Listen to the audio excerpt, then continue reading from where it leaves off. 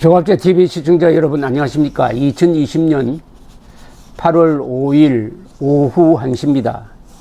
국가정보원의 가장 중요한 직책은 물론 원장이지만 원장에 못지않는 자리가 있습니다. 그게 기조실장입니다. 기획조정실장이죠. 이 기조실장은 보통 대통령의 측근이 앉습니다. 왜냐? 기조실장의 인사와 예산을 장악합니다. 인사 예산이면 거의 전부 다죠. 그래서 기조실장을 대통령 신복으로 앉혀가지고 과거에 보면은 국정원이 가지고 있는 막대한 비자금을 그 예산이지만은 일정의 대외비로 규정되어 있으니까 비자금 성격이 있습니다. 이걸 정치적 용도로 쓰기도 하고 했던 역사가 있습니다. 최근에는 그것을 관례대로 국정원장이 박근혜 대통령한테 준 것을 이걸 말하자면 국고손실죄라고 해가지고 역대 국정원장이 지금 여러 사람 구속 재판을 받고 있는 중입니다. 이 국정원장 자리에 어제 문재인 대통령이 박선원 국정원장 특보를 임명을 했습니다. 이 기조실장 자리에, 이렇게 중요한 자리에 이게 뭘 의미하느냐 하면은 이 박선원이라는 사람은 반미 성향이 강하고 친북 성향이 강한 사람입니다. 그런 사람이 북한 노동당 정권의 대남 침투 그리고 적화 공작을 막아야 할 임무를 지닌 그 조직의 핵심에 들어갔으니까 앞으로 북한과 내통은 북한 노동당 정권과 내통하는 데는 쓸모가 있을지 모르지만 국가를 지키고 국군을 튼튼하게 하고 한미동맹을 강화하는 역할로서는 이미 사형 선고를 받은 것이 아니냐 하는 생각이 듭니다. 이게 과도한 걱정이냐? 천만의 말씀입니다. 어제 문재인 대통령은 이 사람을 임명을 하면서 박신임 기조실장은 학계, 정부, 민간 등 다양한 영역에서 활동한 대북 및 국제 정치 전문가다. 이론과 실무 경험은 물론 개혁성과 추진력을 겸비했다는 평가를 받고 있다. 내부 조직 쇄신을 통해 국정원 개혁이 성공적으로 완수될 수 있도록 뒷받침해 줄 것으로 기대한다. 이 사람의 성향으로 봐서 문재인 대통령이 주문하는 이 개혁이라는 것은 역사적으로 국가정보원, 전에는 안기부, 정보부 시절부터 유지해왔던 국가보위, 국가의 안보, 그리고 간첩 잡는 거, 반역 행위를 차단하는 거, 국가전복을 차단하는 국가보안법의 집행기구로서의 국가정보원을 사실상 무력화시키려는 방향의 계획이 아니겠느냐 하는 생각이 들지 않을 수가 없습니다. 박선원이라는 사람은 이 사람 전라도 출신인데요. 나주가 고향으로 되어 있네요. 이 여러 사례를 제가 들 수가 있는데 참으로 인상적인 게 하나 있습니다. 2010년입니다. 2010년 3월 26일 북한이 천안함을 폭침시켰습니다. 이 정도면 보통 이거는 전쟁 사유입니다. 선전포고 사유입니다. 그때 김태영 국방장관이 이 사건을 수습한다고 아주 신경이 곤두서 있었는데 4월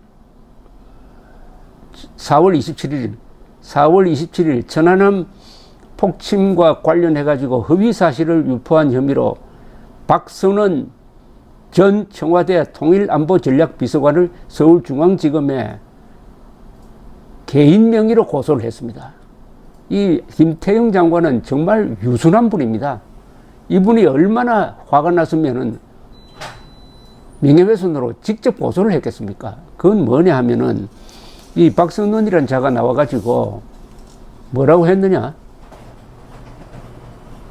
한국군이 천안함 폭침에 관련된 정보를 마치 은폐하고 있는 것처럼 이런 식으로 라디오에서 이야기를 했습니다.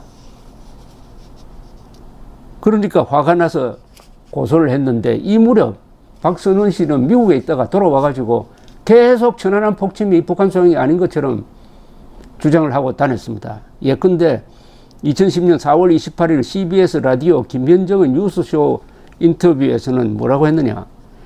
천안함이 지나치게 해안 가까이 접근하는 과정에서 스크류가 그물을 감고 그 그물이 철근이 들어있는 통발을 끌어당기면서 과거 우리 측이 연하리 앞바다에 깔아놓은 기뢰를 격발시킨 게 아닌가 생각한다고 말했습니다. 우리가 부설한 기뢰에 천안함이 걸려가지고 폭침된 것처럼 이런 주장을 한 자가 문재인 대통령 입장에서 보기에는 개혁적이라 이거죠. 아니, 정보기관에 지도부에 들어가려면 최소한 좌든 우든 정보 판단은 정확하게 해야 될 것 아닙니까? 저는 3월 26일 천안함 폭침이 있은 그 다음날 바로 조갑제닷컴에 이것은 북한 소행일 수밖에 없다고 썼습니다. 저는 조사도 하지 않고 저희 기자로서의 감각으로 그렇게 충분히 예단할 수가 있었습니다. 그런데 노무현 정권 때 안보전략 비서관을 지냈다는 자가 이런 헛소리를 했는데 이 사람이 개혁적이랍니다. 능력이 있답니다. 맞습니까? 박 전 비서관은 이런 악담을 했습니다.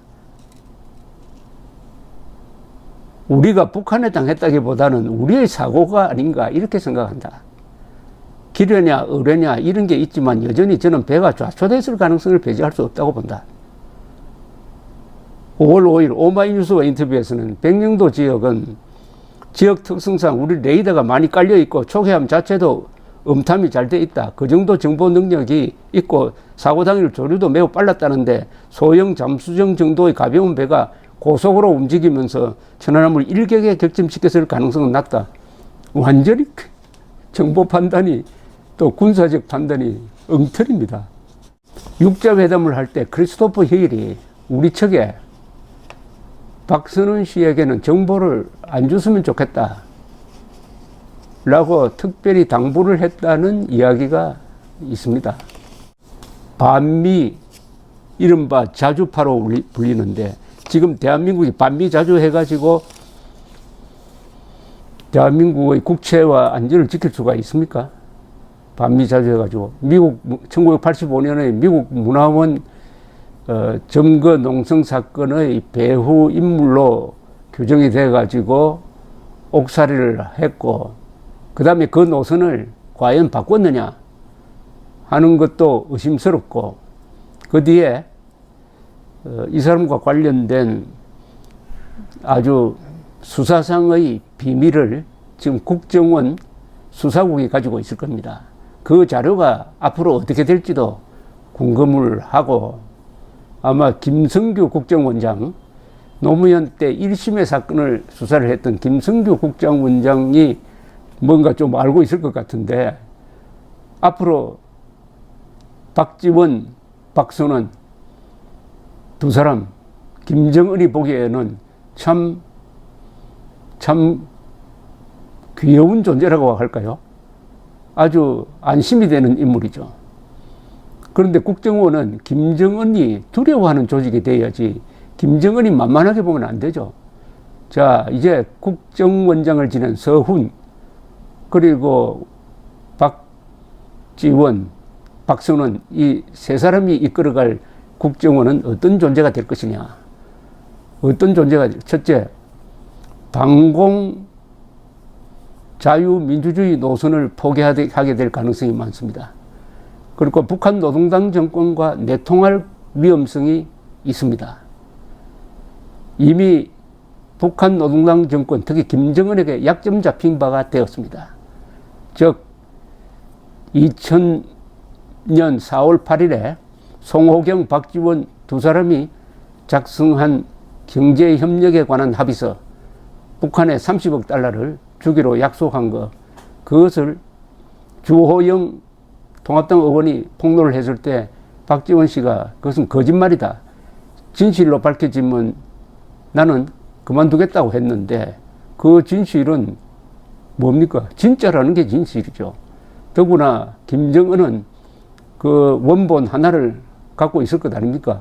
이걸로 얼마든지 박지원 원장을 압박할 수가 있고, 박순원은 자진해서 반미하자는 사람이니까 그 사람의 소신이 바뀌었다는 이유가 없습니다. 반미 자주라는 것은 반미 침묵이란 말인데, 그런 식으로 했을 때 제일 중요한 것은 미국과의 정보 협력이 되겠느냐? 미국과의 정보 협력에서 제일 중요한 것은 북한 노동당 정권의 전략이고, 특히 핵 문제에 대한 정보죠. 핵 문제에 대한 정보는 한국군과 미군 사이의 협조도 물론 있지만은 기본적으로 국가 대 국가의 정보 협력이므로 국가정보기관인 국정원과 미국을 대표하는 CIA와의 협조 관계입니다. 천안함 폭침이 북한 소행이 아니라고 주장하는 자와 미국이, CIA가 정보 협력을 하겠다고 할까요? 또 미국 공관을 점거하는데 배후 역할을 한 사람을 할까요? 할까요? 자, 있을 수 없는 도박을 하고 있습니다. 문재인 정권이, 특히 문재인 대통령이 있을 수 없는 도박을 하고 있습니다. 자, 문제는 국가정보원에 있는 직원입니다. 정치 성향이 없고 오로지 음지에서 양지를 지향하면서 나라를 지켜온 전통 있는 국가정보원, 정보원, 김정은, 김정일이가, 김일성이까지도 그렇게 두려워하던 대한민국 수호기관으로서의 국가정보원의 그 자랑스러운 역사를 아직도 잊지 않고 있는 국가정보원 직원이 앞으로 박선원, 박지원 두 사람이 헌법에 맞지 않고 불법적인 지시를 할 때 그것을 따를 것이냐, 거기에 반기를 들 것이냐 하는 거죠. 국가정보원의 주인들이 국가정보원을 방공 자유민주 수호기관으로 지켜낼 것이냐, 굴복할 것이냐, 거기에 달려 있습니다. 그런데 헌법은 양심을 지키려는 공무원들에게 힘을 주고 있습니다. 즉 헌법제 7조입니다. 모든 공무원은 국민 전체에 대한 봉사자이며 정치적으로 중립해야 한다고 했습니다. 박지원, 박선원 두 사람이 헌법에 맞지 않는 명령을 내릴 때 이걸 거부해야 할 의무를 가질 뿐만 아니라 힘이 있습니다. 그게 헌법 7조입니다. 만약 그러지 않고 때로는 반역적이고 때로는 이적적이고 때로는 반헌법적이고 때로는 불법적일 수도 있는 그런 명령이 내려왔을 때 비판 없이 수용해서 집행한다면 공범이 되는 거죠. 나중에 같이 처벌받는 거죠. 국정원을 지킬 사람은 국정원 직원밖에 없다는 생각이 듭니다. 지금 검찰을 지킬 사람은 검사밖에 없습니다. 대한민국 헌법 1조, 1조는 주권은 국민에게 있다고 했습니다. 헌법 제3조는 대한민국 영토는 한반도와 그 부속 도서로 한다고 했습니다. 헌법 제4조는 대한민국은 자유민주적 기본 질서에 입각한 평화 통일을 추진해야 된다고 했습니다. 1조, 3조, 4조를 다 합치면은 북한 노동당 정권을 제거하고 자유통일하라는 명령을 헌법이 국가정보원에 내리고 있습니다. 쉽게 말하면 김정은 정권 해체하고 자유통일해서 2,500만 원의 북한 주민들까지 우리처럼 잘 먹고 잘 살게 해야 한다는 임무를 헌법은 국가정보원에 내리고 있습니다.